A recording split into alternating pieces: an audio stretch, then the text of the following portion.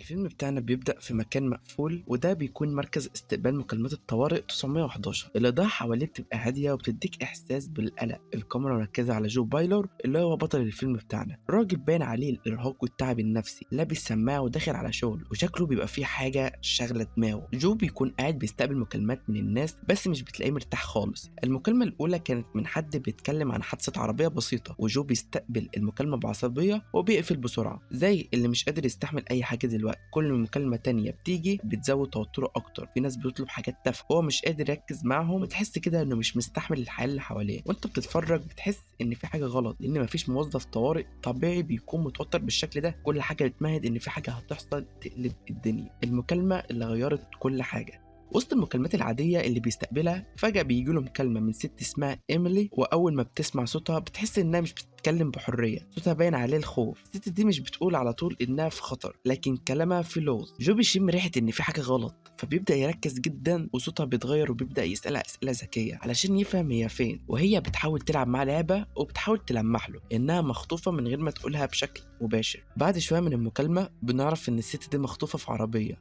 ومعاها جوزها السابق هنري، اللي واضح إنه شخص خطر عليها. جو بيبدأ يربط الأمور ويكلم زميله القديم في الشرطة علشان يبعت دورية تدور على العربية دي، لكن في نفس الوقت مش قادر يسيب المكالمة معاها، وبيحس إنه لازم يكون معاه خطوة بخطوة. جو مش بس بيعمل شغله، ده واضح إنه بيتعامل مع الموضوع ده كأنه فرصة إنه يصلح حاجة جواه.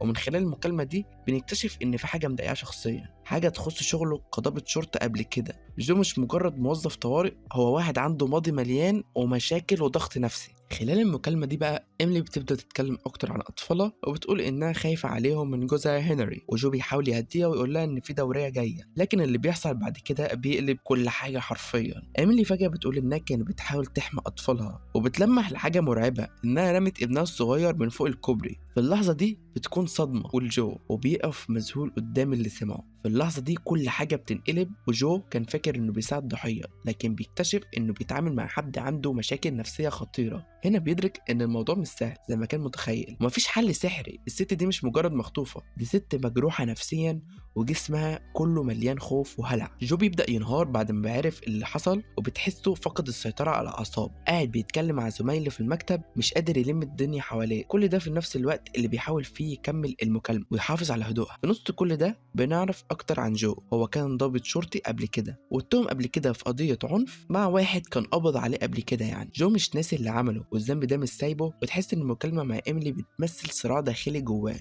هو بيحاول يصلح حاجة، يمكن مش قادر يصلح حياته أو القضية اللي ضيعته، بيحاول ينقذ حياتها. وفي النهاية بنعرف إن جو بيقنع إيميلي إنها تسلم نفسها للشرطة بدل ما تأذي حد تاني. المكالمة بتكون مؤثرة لأنك بتحس إن هو كمان قرر يواجه الحقيقة. جو بياخد تليفونه وبيكلم المحامية، وبيقول لها إنه هيعترف بجريمته في المحكمة بكرة، وهو أدرك إن مش هروبه اللي عمله هيخلصه من الذنب اللي هو فيه، لكنه لازم يواجه نفسه ويعترف بخطأ. في لحظة هدوء الفيلم بقى بينتهي على مشهد هادي بس مليان معنى. جو كان قاعد لوحده في مركز الطوارئ، والسماعة جنب ودانه، ووشه كله كان مليان تعب، بس في نفس الوقت في لمحة من الراحة. اعترافه خلاه يبدأ يشيل من على ضميره الحمل اللي كان شايله. هو ما قدرش ينقذ إيميلي من نفسها، لكن قرر يصلح نفسه هو الأول. ده كان ملخص فيلمنا جيلتي. طبعا لو عجبكم الفيديو ما تنسوش تعملوا اشتراك في القناة وتفعلوا مسة الجرس علشان يوصلكم كل جديد، وهتلاقوا لينك الانستجرام تحت في صندوق الديسكريبشن. ما تنسوش هناك تروحوا تتابعوني، هتلاقوني أكتر هناك. وبس كده، شكرا ليكم.